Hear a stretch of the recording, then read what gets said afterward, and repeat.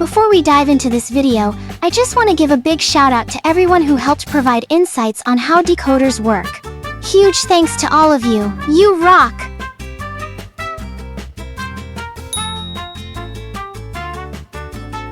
In this game, the decoder-type survivor can be considered the most challenging to utilize effectively, as well as the most misleading. Their primary role is decoding, but sometimes they unexpectedly excel at kiting or rescuing, leaving the hunter wondering why they even play this game in the first place. Being a decoder in this game means you're always on call to greet the hunter as soon as the game begins.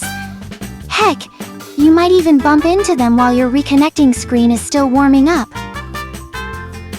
It's a dreadful situation because, as we all know, decoders suffer from kiting debuffs, making kiting feel as challenging as wrestling with John Cena in a Super Saiyan mode. Personally, I consider decoders to be an additional difficulty level in the game, surpassing even the hard difficulty setting. Each decoder brings their own set of challenges, such as the harassers and rescuers we've discussed before. This time, I'll outline the specific problem associated with each of the 6 decoders.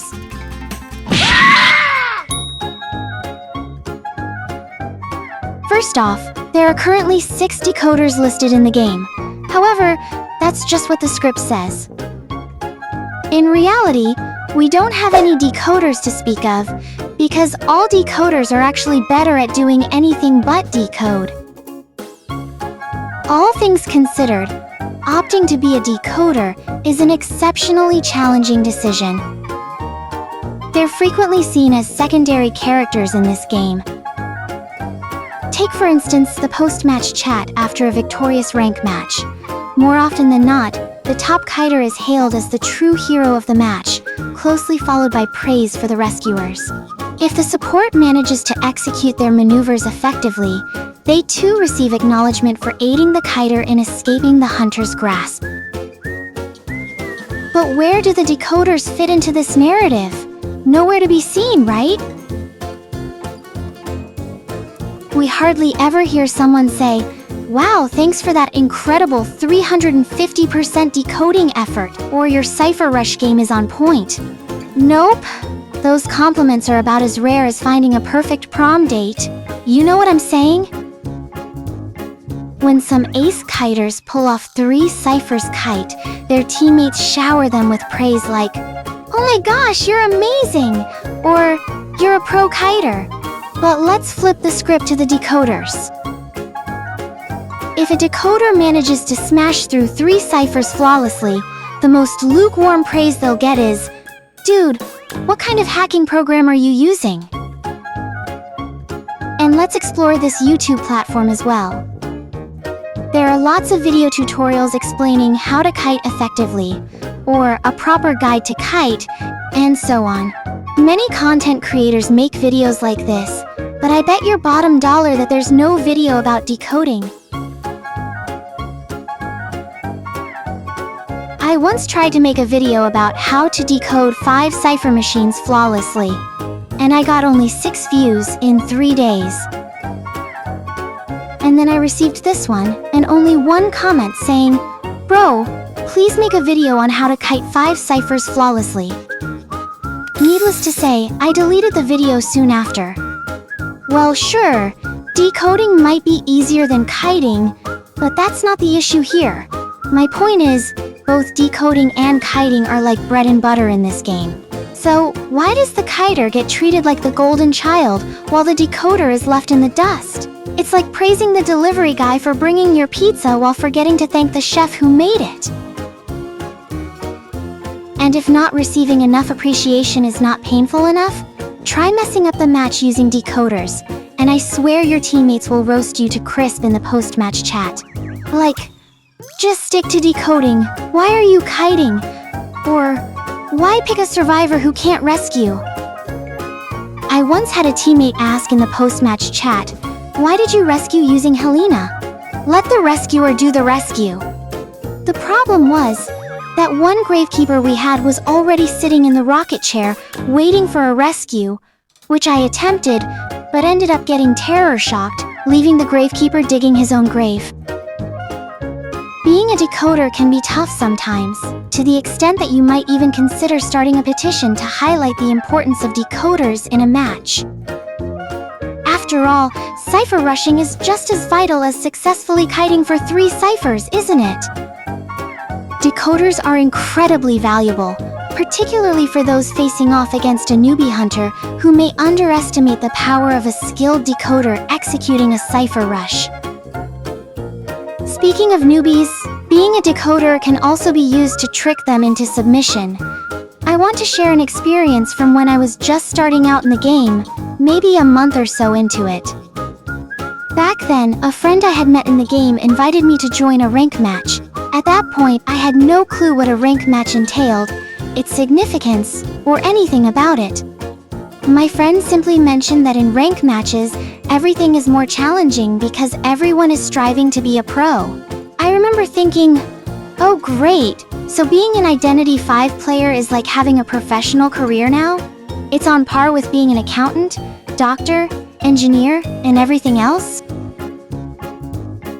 Nevertheless, I sheepishly admitted, sorry, I don't think I'm cut out for this game. I'm just a newbie, and I'll probably be more of a liability than an asset. My friend, ever the optimist, replied, don't worry, just stick to decoding, and I'll handle the hard part of kiting. So I thought, sure, I'll just chill and decode in peace. Little did I know, peace was never an option in the world of decoders. So I picked Helena, activated her skill as soon as the game started, and the next thing I knew, I was sprinting for dear life, dodging a hunter's relentless pursuit until I ended up strapped to a rocket chair right at 5 ciphers remaining. That's when it hit me. In Identity 5, going pro means bracing yourself for a headache at least once. Well, we've touched on the typical problems decoders deal with, but what about the individual hurdles each decoder faces?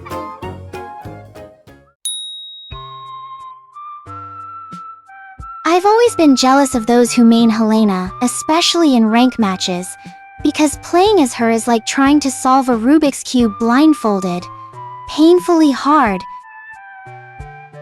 Back in 2020, I was an A-badge Helena, and let me tell you, it felt like she should have her own difficulty level above the decoder level. It's like Netties were thinking, how can we make decoding even more challenging? Let's throw in some Helena-level obstacles. Helena holds the title for the fastest decoder in the game, being both the quickest to decode and the quickest to fly when you really think about it. Playing as Helena feels like dealing with pure nonsense. I found myself using her to make lunch for hunters more times than I can count, especially when I was still clueless about how her skill works. The assumption of Helena being useless stems from the fact that hunters always seem to have a decoder on their menu, as I've mentioned before. While the other decoders have tricks up their sleeves to evade or fight off the hunters, our dear blind girl here runs away from the hunters like a turtle making a beeline for McDonald's. Escaping a hunter's grip as Helena is like trying to outswim a shark in a swimming pool, nearly impossible unless the stars align or you're a pro player. She's so weak in a chase that some folks jokingly call her Hell Nah for a reason. In my time playing IDV, I've encountered only 2 types of Helenas. One type is the Where'd My Lunch Go? Variety I mentioned earlier. The other type is like the Helena version of Leon S. Kennedy in disguise, leaving hunters scratching their heads and wondering if they just stumbled into a Resident Evil crossover episode. The godly Helena might actually be a kiter main in disguise, using the reverse psychology trick I mentioned in my previous video. She picks Helena so the hunter chases her first, but little do they know, they've just stepped into her trap. She proceeds to roast the hunters for 5 ciphers straight, making the hunters look straight for that one dear surrender button. Funny enough, these kind Helenas might not even need to decode at all, making you question the term Decoder altogether. If the previous Helena was useless, then this kind of Helena can make the hunter feel utterly useless instead. It's already humiliating to get kited for so long, but with Helena taking charge, the hunter might start contemplating whether it's time to say goodbye to IDV and go back to playing Zuma, or something less soul-crushing.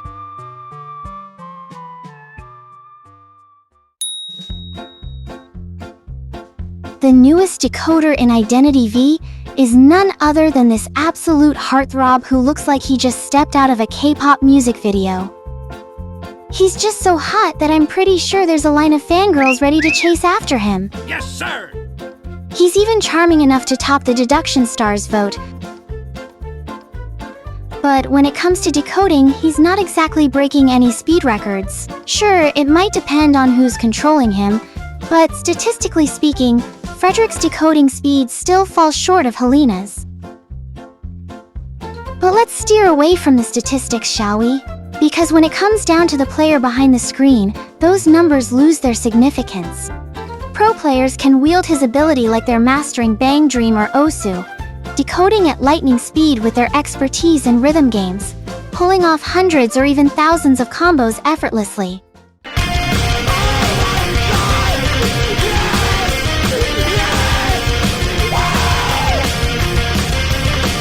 However, that skill can also be his downfall. I mean, imagine using rhythm mechanics to decode. You have to be as focused as a monk meditating on a mountain peak.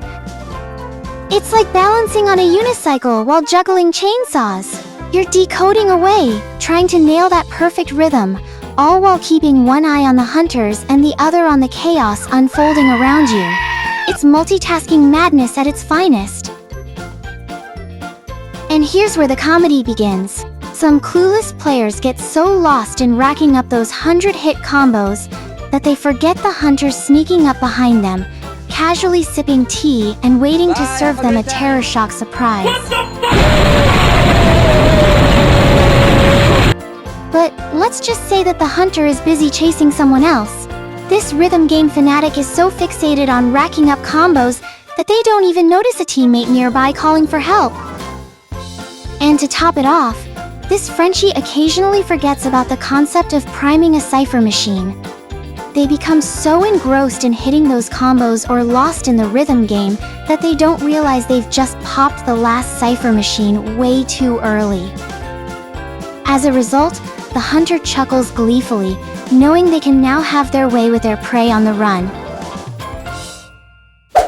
From what I've seen, Frederick's got just one sworn enemy, and funnily enough, it's not a hunter, it's Fiona Gilman, the roach who's been causing havoc among composers since the dawn of the new world. Composer mains often grumble about Fiona ruining their combo streaks with her long-range portals.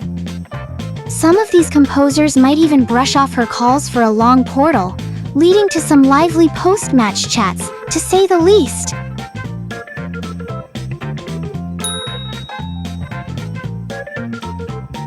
Playing as the lawyer in this game is like piloting a multi-role jet fighter in War Thunder, instead of sticking to just a bomber or fighter aircraft.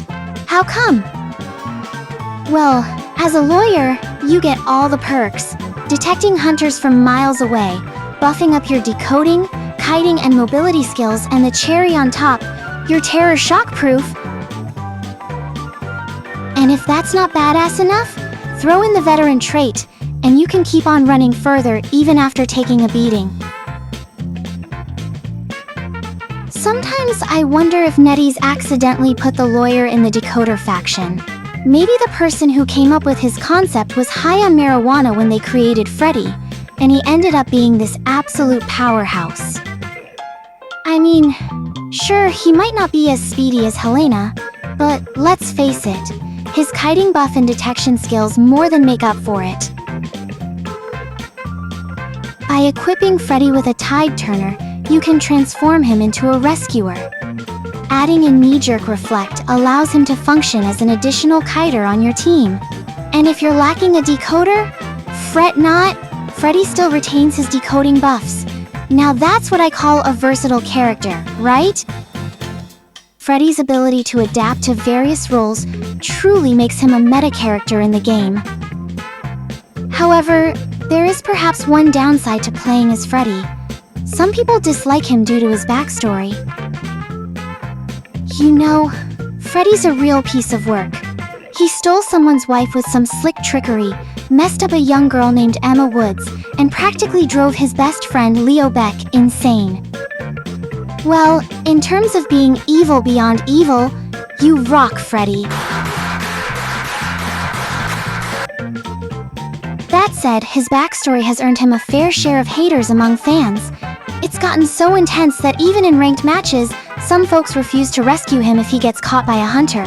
Talk about taking things to the next level of drama, huh? And to add insult to injury, poor Freddy hasn't even been blessed with an S-tier skin. While everyone else is flaunting their S-tier and even SS-tier skins, Freddy's stuck with that A-tier look since day one. It's like NetEase forgot he even exists. Maybe the game developers secretly made Freddy to be hated, even by themselves. Who knows?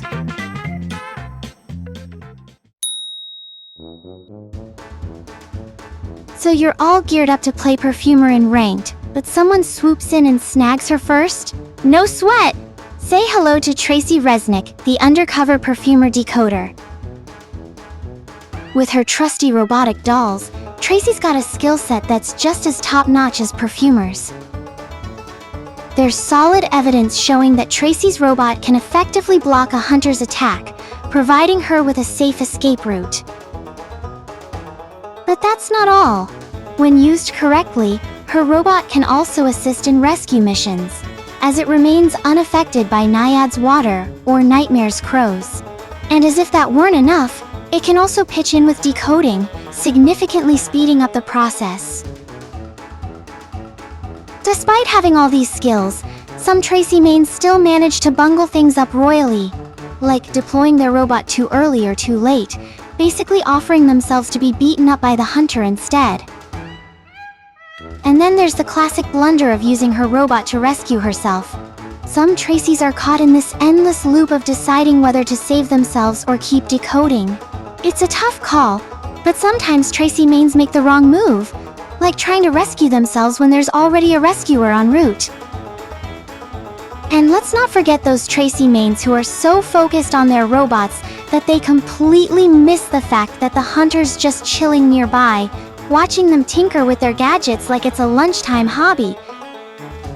Not to mention, her robot got nerfed to the point that being a Tracy main feels miserable somehow.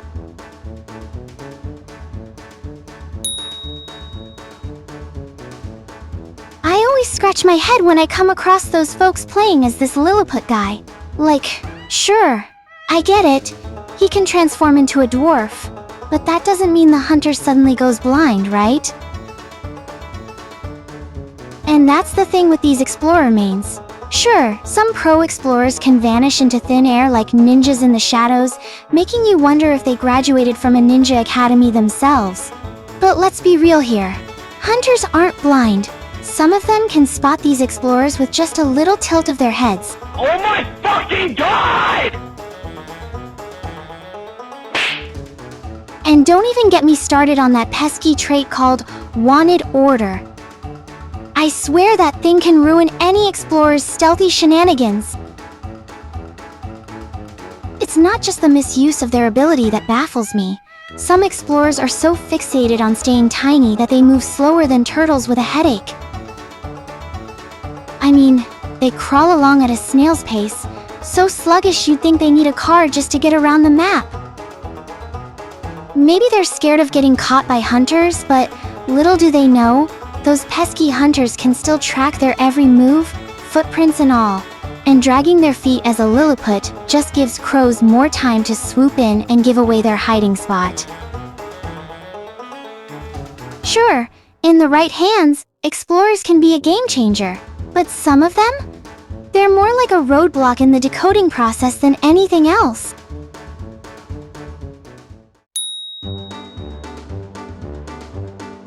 The last contender on our Decoder roster is none other than Luca, another hottie who's got fangirls chasing after him left and right. I'd say he's right up there with Frederick in terms of being a chick magnet. His decoding prowess revolves around linking two cipher machines, speeding up the decoding process on one of them. Some Luca mains use this trick to throw hunters off, making them think someone's decoding on a linked machine when there's actually no one there. Plus, he can zap any hunter, leaving them stunned for a solid second. And that, my friend, is where the trouble with the prisoner, Luca Balsa, begins. You see, since one of his abilities is to stun the hunter, some Luca Balsas tend to get so cocky that they start hunting the hunters, instead of being hunted by them. These Luca mains will seize any opportunity to zap the hunter as much as possible. Teammate on the balloon? Electrocution time. Hunter chasing someone else? Electrocution time.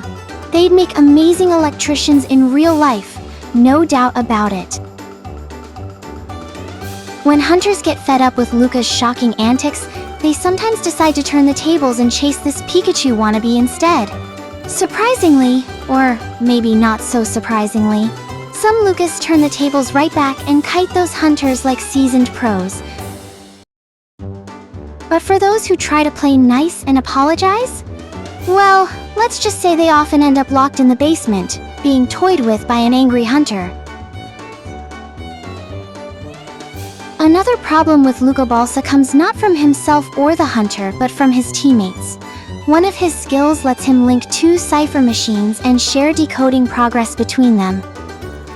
However, survivors can adjust this transmission. The issue pops up when some survivors crank up the transmission to full, or 48%, even when it's completely unnecessary. This unnecessary boost slows decoding to a snail's pace, giving the prisoner a massive headache. And that wraps up the decoder section. Just a reminder, folks, these are all just jokes and not intended to discredit any factions in the game. By the way, since the next faction will feature so many characters, I might split the section into several parts. If you have any suggestions, feel free to leave them in the comments section. Thanks for watching, as always.